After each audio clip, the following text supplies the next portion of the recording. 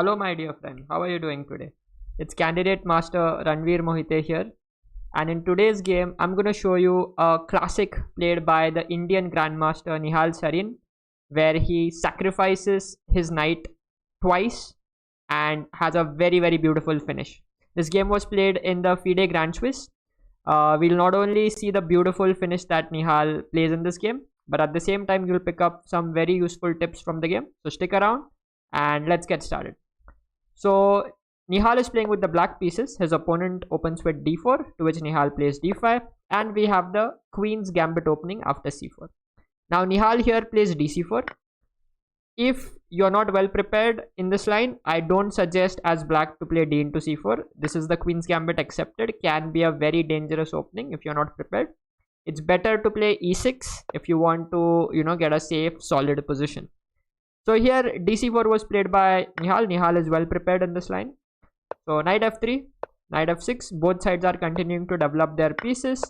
And now black attacks white center, white castles, and we have captures, and we get a position with the isolated pawn. Now for those of you who don't know, an isolated pawn is any pawn that doesn't have adjacent pawns on the other files. Okay, so this pawn, there is no white pawn on this file, so this becomes an isolated pawn. Now there are advantages and disadvantages of playing with the isolated pawn. Okay, so speaking of advantages, an isolated pawn gives you more space. So white has more space, which means it's easier for him to develop his pieces to get them on better squares. Okay, at the same time, it gives white open files here and here. So these are the advantages, and the disadvantages of the isolated pawn is there is no one to defend it. So it could become a target of attack in the future.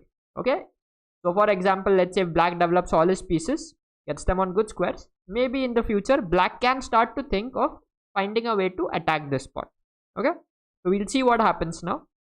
Nihal continues to develop his pieces. It is still the opening. So first you need to get out all your pieces before you can strategize what to do next. Castle, rook e1, a6. Now it may look like, why is this move played? It's generally advised not to make too many pawn moves, but there is a very clear idea of this move, and that is after white plays this, black is going to play b5, which is what happens in the game, attacking the bishop. The bishop drops back, and now bishop b7.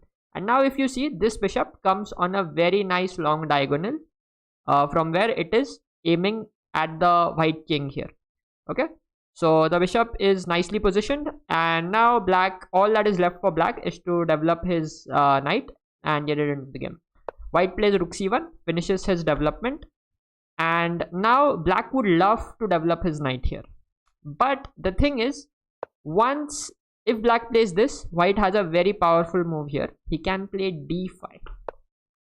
And what this move does is that it uses the fact that white has better piece development, so white can start to create active play on the board, whereas black's pieces, these pieces, I would still say are not well developed.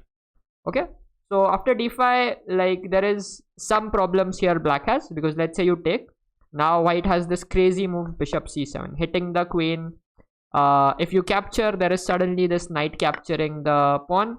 This is attacked, this is attack, you move this, knight e7 check, and you see suddenly white's pieces are becoming very active. So it's not good for black to play this normal looking developing move. So Nihal here plays the move bishop to b4. Now he played it very quickly, which signals to me that he is already well prepared in this line. So bishop b4 was played, and it's part of the preparation. Now bishop g5 was played by white, creating a pin on this diagonal, and Nihal now develops the knight and keeps this knight protected. Next move here, white plays a3, hitting the bishop. Nihal captures the knight, captures, and develops his rook to c8, challenging the active rook of white on the open file with his own rook. Now white says no, I don't want to trade the pieces, and now Nihal simply develops his queen to c7. Now in such a position, you can see white has the two bishops and slight lead in development, but black should be fine. Black's position is very solid, and there are not clearly weaknesses in the position. One of white's main idea here is to play d5 and open the position so that his bishops can become active. If white doesn't manage to do that, it will be black who will start to take over the control of the game. Queen c7 was played. Now white plays knight to e5. The knight jumps forward. Nihal takes. White takes the knight, and now the knight is attacked. What would you do? In this position, instead of moving the knight, Nihal Sarin creates a threat of checkmate with queen to c6. Now there is a threat of mate here. White doesn't have time to take the knight, because if he does, there will be boom, game over. So after queen to c6, there is a threat of mate. How do you save it? White plays rook f3 and saves the mate. And now Nihal, instead of moving the knight back, he moves it forward, knight to e4. Okay, so you can see just this move made so much of a difference. It gave Nihal an option to move the knight forward and be more active in the position. Okay, this is what strong players do. Usually they have a tendency to play these active moves, moves that push forward.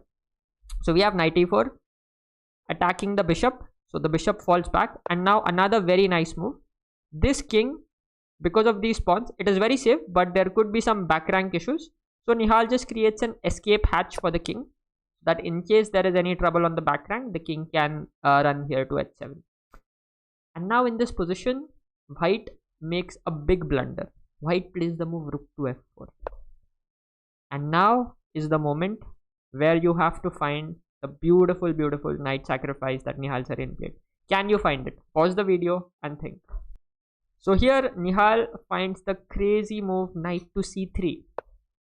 This knight attacks the queen, and there is one more threat. You may ask, oh, isn't that a free knight? Nope, because there is queen takes g2 checkmate. So here white cannot take the knight. Now the queen is attacked. So white played the move queen to f3.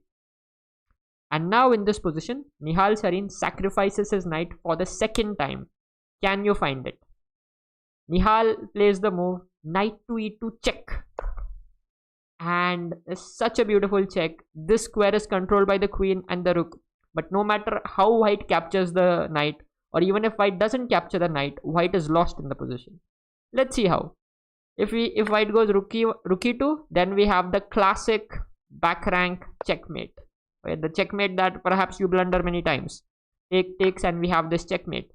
If not that, if let's say white takes with the queen, then again this queen is deflected from this f3 square, and once again the queen and bishop battery give this mate on g2, queen g2 mate.